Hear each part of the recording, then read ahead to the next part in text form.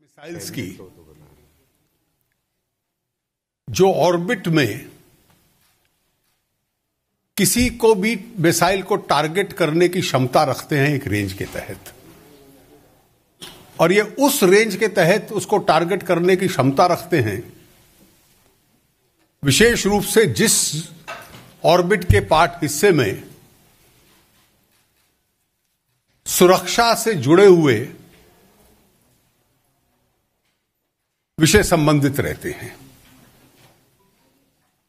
कि जो security missiles जहां जहां इस्तेमाल हो सकते हैं या उनके माध्यम से इस्तेमाल हो सकते हैं, ऑर्बिट की उस रेंज में आज भारत चौथा देश बना है जिसमें यह क्षमता है कि उन मिसाइल्स को टारगेट करने की।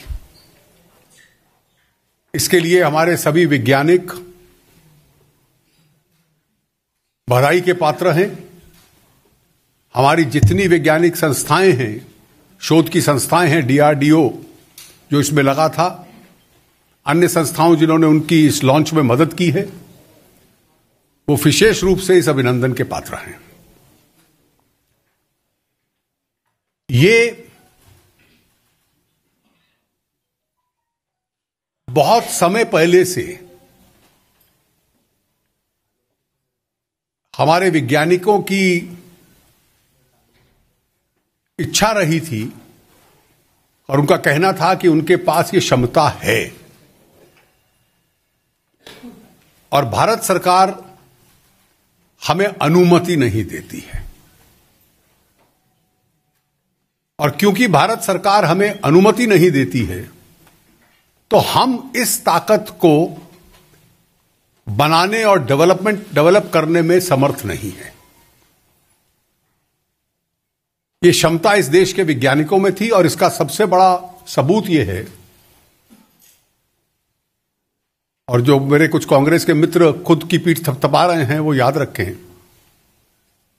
कि जब अग्नि 5 लॉन्च हुआ था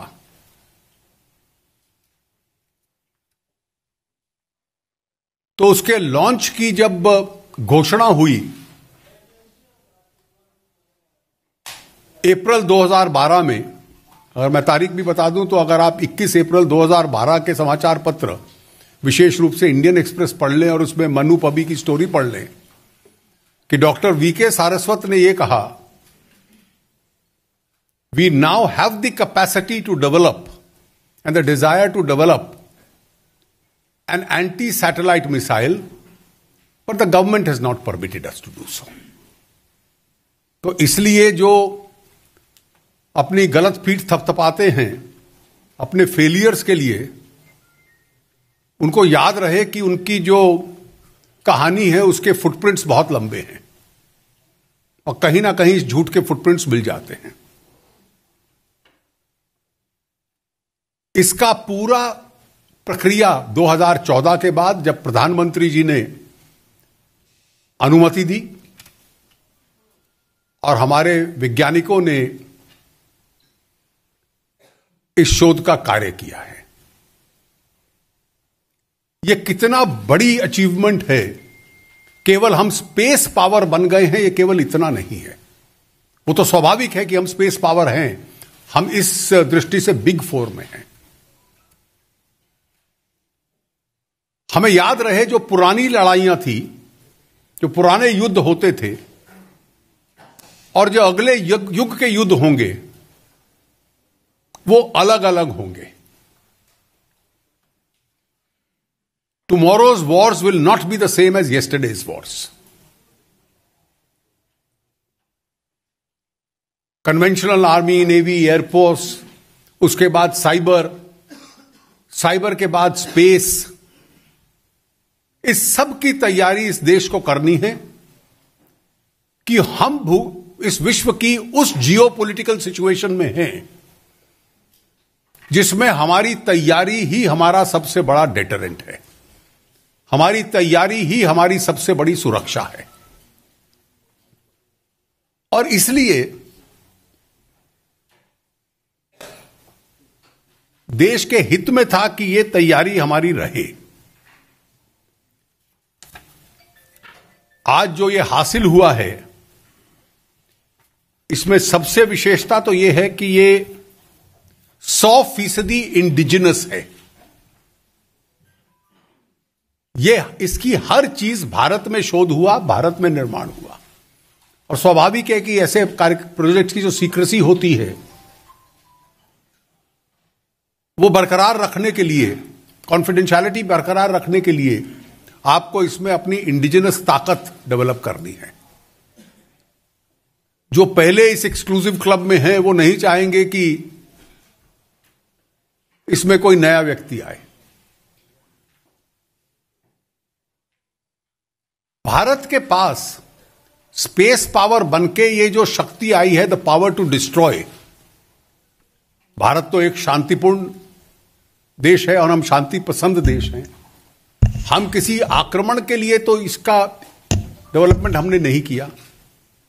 हमने केवल अपनी सुरक्षा के लिए और उस सुरक्षा का एक डेटरेंट, जैसे हमारे न्यूक्लियर डॉक्ट्रिन भी जो है, no first use, credible nuclear deterrent. तो भारत का तो उद्देश्य यही रहता है कि इसके माध्यम से कि हमारा डेटरेंट बढ़े, क्योंकि हमें इस जियोपॉलिटिकल सिचुएशन में अपनी रक्षा करने का के पूरी ताकत हमारे पास हो। इंडिजिनस टेक्नोलॉजी, भारतीय साइंटिस्ट पिछली दशक से तैयार थे, लास्ट डेकेड से तैयार थे, और सरकार में यह क्षमता नहीं थी, यह स्पष्टता नहीं थी, यह क्लैरिटी नहीं थी कि उनको अनुमति दे। माननीय प्रधानमंत्री जी भारतीय जनता पार्टी की ओर से भी विशेष अभिनंदन के पात्र हैं कि जो इस देश की सिक्योरिटी डॉक्ट्रिन को एडवांस करने का एक काम वो कर रहे हैं, एक नया विजन दे रहे हैं, ये उसमें एक माइलस्टोन है। और मुझे लगता है कि इस प्रकार की ताकत के साथ भारत की केवल शक्ति ही नहीं बढ़ेगी, हमारी क्षमता की इस क्षेत्र के अंदर हम शांति कायम रखें। We are able to compel others to maintain peace in this region. यह भी हमारी क्षमता बढ़ेगी, हमारे अपने लिए एक ताकत बढ़ेगी, क्योंकि यह डेटरेंट होगा। और मुझे लगता है कि it's a monumental step forward as far as India is concern. Nirmala ji कुछ?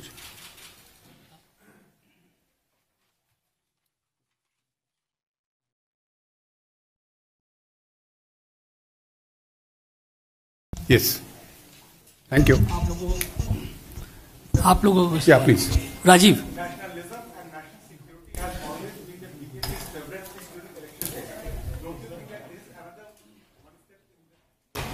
Well, let me first of all respond to you. This has something to do with India and not BJP. BJP is supporting the stand that the government has done. Therefore,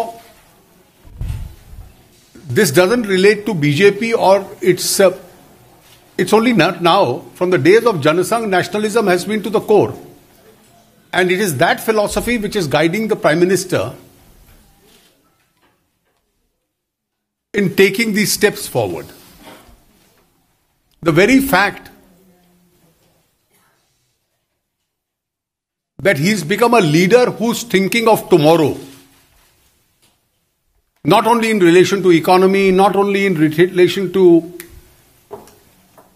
our national security, but also in terms of technology as far as wars are concerned in future, shows the vision.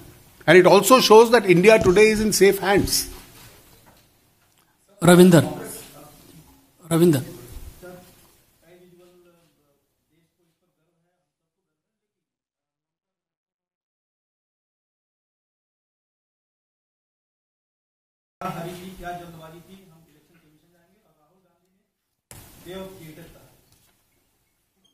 Well, I'll tell you, the lower they go, the stronger we'll emerge. And as far as this whole issue of Election Commission is concerned, which they have raised, I wish to say something. India's nuclear program is a continuing program. It's not a new program. And therefore, it's a continuing program, and it can't be put to a halt because it doesn't suit the West Bengal Chief Minister or any other political leader. It will